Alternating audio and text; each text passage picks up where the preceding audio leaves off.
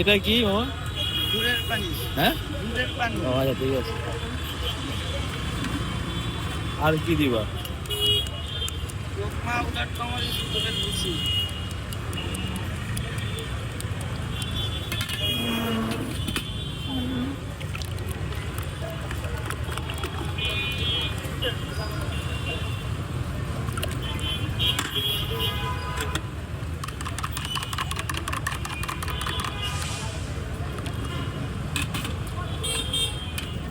আর কি? আর কিছু আছে? গ্লাস কত করে? 10 টাকা। আর মশলা দিয়ে আছে 20 টাকা।